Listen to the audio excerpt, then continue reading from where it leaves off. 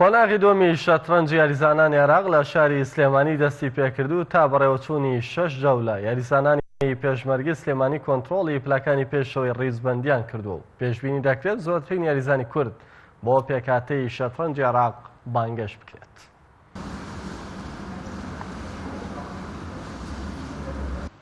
بیست یاریزان ڕکابەری لەسەر ناسنامەکە دەکەن کە زیاتر لە 10 یاریزانیان لە هەرێمی کوردستانن. لە شاری سلێمانی ڕکابەریەکانی قۆناغی دووەمی شەترەنجی یاریزانانی عێراق دەستی پێکردو. یاریزانانی کوردیش دوای 6 جەولە لە کێبڕکەکان پلەکانی یەکەم و دووەم و سێمیان کۆنتڕۆڵ کردووە. لەسەر بڵین دەستەی بەڕێوەبەری یان ئەندامانێکی شەترەنجی عێراق بڕیاردرا پاڵەوانتی کۆتایی عێراق قۆناغی دووهەم بێتە شاری سلێمانی خۆشەویستەوە. ئەیش لە بەرەوەی کە بڵین شاری سلێمانیان شارەکانی کوردستان ئەم دەقێ ئارام و لە هەموو شتێکە پێدیاستەکانی دابین کردووە بە تایبەتیش ئێمەش خۆمان ئامادە کردو بۆ پاڵەوانتیە. هۆڵی یاریەکە کامەیەکێکە لە هۆڵە مۆدرێنەکانە لە شاری سلێمانی کەمە دووهەم پاڵەوانتیشە ئەنجامی لەم هۆڵەیە بۆ ئامانجمان بە دڵنیایە ئامانجمان ئەوە باشترین یاریزانەکانی شاری سلێمانی و کوردستان سەرکەون بۆ قۆناغی کۆتایی.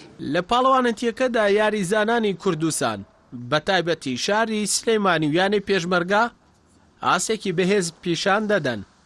بە جۆرێک دەستیان بەسەر پلەکان یەکەم تا سێمدا گرتووە.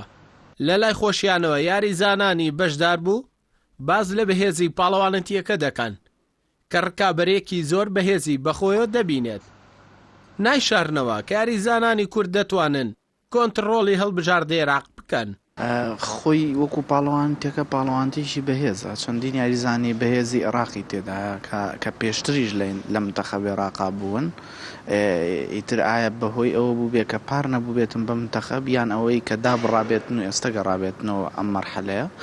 بەهەرحاڵ بە شکلێکی عام پاڵەوانتێکی بەهێزە و منافەسێکی زۆری تایە. بە خۆشحاڵیەوە یاریزانە کوردەکان لە پێشەنگان بە تایبەتی کە من و ئەحمەد و زۆزگ یەکەم و دۆمی سێمی بتوڵەکەمان تا ئێستا بەدەستەوەیە و چەند یاریزانێکی کوردی شوێ کە بە دوای ئێمە ینی چاوەڕوانەکەم بەڕای من ڕەنگە لە پێنجەکەیان هەر پێنجیان چواری بوێ بە کوردی ئینشەڵڵا. بڕیارە دوای تەواوبوونی کێبڕکەکانی قۆناغی دووەم 5 یاریزان سەرکەوێت بۆ قۆناغی کۆتایی و دواتر بۆ هەڵبژاردەی عێراق بۆ بەشداریکردن لە پاڵەوانەتیە فەرمیەکان.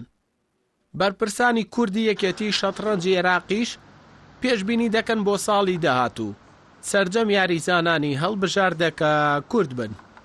ئەردەڵا محەممەد کەناڵی ئاسمانی پەیام سلەیمانی.